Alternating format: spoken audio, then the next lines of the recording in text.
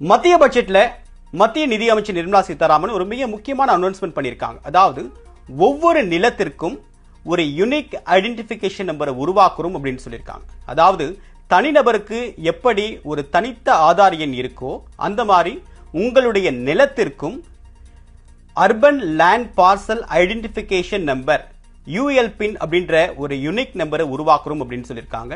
அந்த இடத்துடைய சொந்தக்காரர் யார், அந்த நிலத்துடைய அளவு என்ன, அது யார்கிட்ட இருந்து வாங்கப்பட்டது, அதனுடைய மதிப்பு என்ன, இப்படின்ற எல்லா விஷயமுமே அந்த இட சம்பந்தமான ULPIN நம்பர்ல ரெஜிஸ்டர் செய்யப்படும்.